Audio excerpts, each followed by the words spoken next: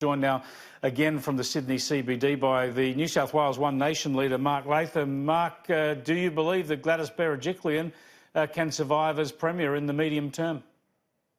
Well, Chris, if she is to survive, she's got to clean up her act in terms of decent parliamentary process. This abortion schmozzle started with the idea that a cross-party cabal of left-wing MPs could meet in secret and then spring upon the rest of the parliament a left-wing bill that they were going to jam through initially in just a fortnight, a week in the lower house, a week in the upper house. Well, the truth of the bill is once you take abortion out of the Crimes Act and you put it into the Health Act, you've got to codify under the law of New South Wales all these complex, detailed practices. And you can't do that in the space of a fortnight, and you certainly can't do it with a bunch of lefties meeting in secret, the Health Minister bobbing up one Sunday and thinking a fortnight later it becomes the law of the state. The people who are behind this were really putting up something that was from another planet. It was never going to fly, and the Premier has got to acknowledge that massive error of process and pledge to never do it again. Well, it's really a lack of political leadership, isn't it, to deliver a reform like this, even if it's going to be through a private member's bill of an independent MP. Don't you need, as a government, to say that this process is going to unfold? Everybody, not just parliamentarians, but the community will have their say through a parliamentary committee or the like, some sort of inquiry, and actually guide it through, as you say, all those complex issues that you need to codify over a reasonable period of time. That, to me, seems to be the fundamental political error here. Well, exactly. I mean, you've got ministers out there saying, oh, it's a private member's bill, it's a conscience vote, not much to do with us. The truth of it is these things only get through the parliament if the government and the government alone allocates speaking time. Yeah. Sets aside all the business in the Legislative Assembly and for the next 2 days sets aside all the business, its own government business in the upper house, to have these things debated through. So the government is complicit in the way in which this has been handled. In fact, they're the only ones who've ultimately been responsible for rushing it.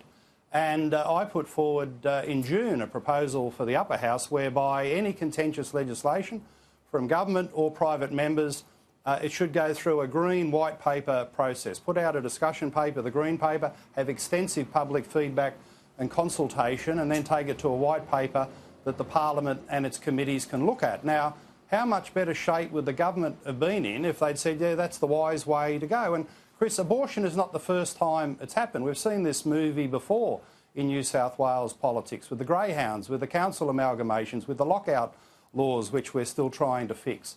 So they've rushed and rushed and rushed, and this year, 2019, on the abortion bill, they've thought, well, it worked so badly in the past, we'll rush again. And, of course, they get exactly the same result. So when will they learn? We've just heard from Robert Borsak that even though he opposes the bill, he could help out in supporting amendments, yet apparently the Premier doesn't speak to him and his party. What about you? Are you in direct negotiations with the government and in a situation to help Gladys Berejiklian out? Well, Chris, you talk about bad process.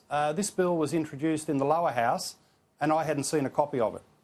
No one, not the proponent of the bill, this Green inner city MP, Alex Greenwich, had sent me a copy of it, not the other co-sponsors, not the government that allocated the speaking time. So, you know, don't worry about negotiating with One Nation. We didn't even have the courtesy of seeing the legislation before it came into the lower house. So all of this is just bad process, bad law making, and now for Gladys Berejiklian, a bad political outcome. And the people I feel sorry for are the Conservatives in New South Wales, in their hundreds of thousands who voted for her, not knowing this was coming up. I feel sorry for the 14,000 people who made a submission to a 5-day abbreviated parliamentary inquiry that we squeezed out of them in the upper house. Just and of briefly, those 14,000 submissions, only 100 of them were read. Sorry to interrupt, but just very briefly, where do you think we'll be this time tomorrow with this issue and the Premier's standing? Well, hopefully, if common sense prevails, the upper house will pass amendments in the 4 key areas to fix up the bill.